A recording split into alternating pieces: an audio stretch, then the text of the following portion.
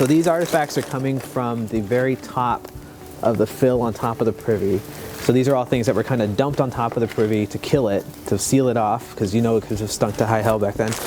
So everything here is a mixture of stuff throughout the 19th century. Nothing here was made in the 1700s, although maybe this wine bottle might have been. So these are the bases of wine bottles, tops of medicine bottles, lots of mugs from the different cups and drinks that they were drinking out of. This is actually a tiny little teapot spout from a child's tea set. So now we got the kids showing up on the site. When we dig, we don't know who's going to come out and talk to us as far as the artifacts go. So we hope we find something from all the time periods, but it's just whoever comes out in the stuff. None of this stuff is very fancy. In the 1800s, the renters that were living here were kind of lower middle class, if not lower class. If it was fancy, it would all be porcelain.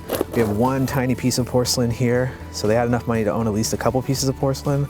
But the stuff we're going to get in the privy is going to be a lot cheaper than the stuff we get over on that side of the site, just because they're from two different centuries, even though they're on the same land. So we have two different stories coming out of the ground at the same time, which is kind of confusing sometimes, but also really interesting. So that one's a late 1600s, early 1700s one, thereabouts. Oh God. I know. All right. So everything in this bag is from about 1750 to 1750s-ish. And this is one 10 centimeter level of a 1 by 1 meter area. So if you think about, this bag represents a very small piece of this whole site. This is the kind of stuff that we're looking at. This is why we like digging into the north end too, because there's so much stuff on these sites. Good Lord. I know. Okay.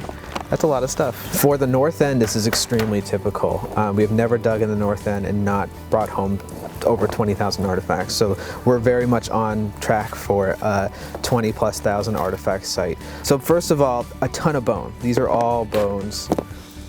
They are not poor because they're eating a ton of pork. They're eating probably sheep or goat. If you're eating beef, you are not poor. So that's a good way to observe that right off the bat. This is Staffordshire slipware from the late 1600s, early 1700s.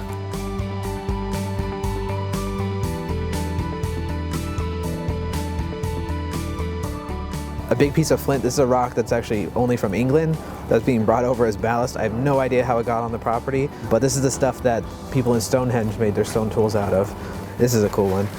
So this is a piece of pearlware made in the late 1700s with a really crazy decoration. That's polychrome pearlware from about 1790 or so. That's actually probably the youngest thing that we've seen on that deposit so far. That actually is going to be really important ceramic, because everything looks like it's mid 1700s, but just by finding something from the late 1700s, that means everything is late 1700s. It dates everything else we find with it. So the next step is cleaning all this off so we can actually see what this stuff is. I didn't think it was going to be this muddy today. I figured we aren't getting extra water. Why is it muddy?